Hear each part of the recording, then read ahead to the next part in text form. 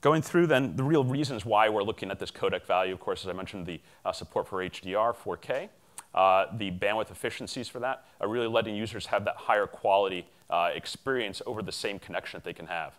And then, of course, for many operators, the reduced storage costs that you get around that. By having those smaller files on your origin storage, on your CDN, you're going to have less bits to keep around. And of course, if you get into those larger codecs or those larger frame sizes like 4K with a greater bit depth, those are going to have substantially larger files, so you really do need to have that kind of efficient codec to deliver there. And we can take a look at what some of that efficiency looks like in the real world.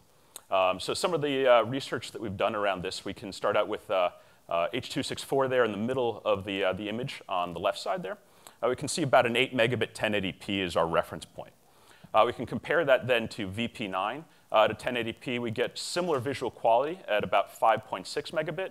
And HEVC is somewhat more efficient than that, getting a similar visual quality at about 4 megabit. So about half that bandwidth spend that you get over H.264. And of course, that also lets you reach your mobile users, your users on lower speed connections with that higher quality end user experience.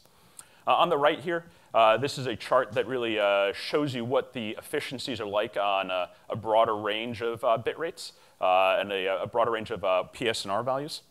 For those not familiar, PSNR is perceived signal-to-noise ratio. It's an attempt at a quantitative metric for determining what that visual quality is. There's a great deal of debate in the industry. In fact, there's, I'm sure, a whole bunch of people out on the show floor over there that could get into all kinds of very religious arguments about what metrics are most appropriate there. But conversationally, PSNR is a really good metric to just kind of talk about what we see here. To help you guys understand this a little bit, looking at the bottom of the chart here, this is the bit rate in kilobits for a video asset. And then this is the perceived quality over here. And what we can do is we can take a look at H.264 here being this low curve here.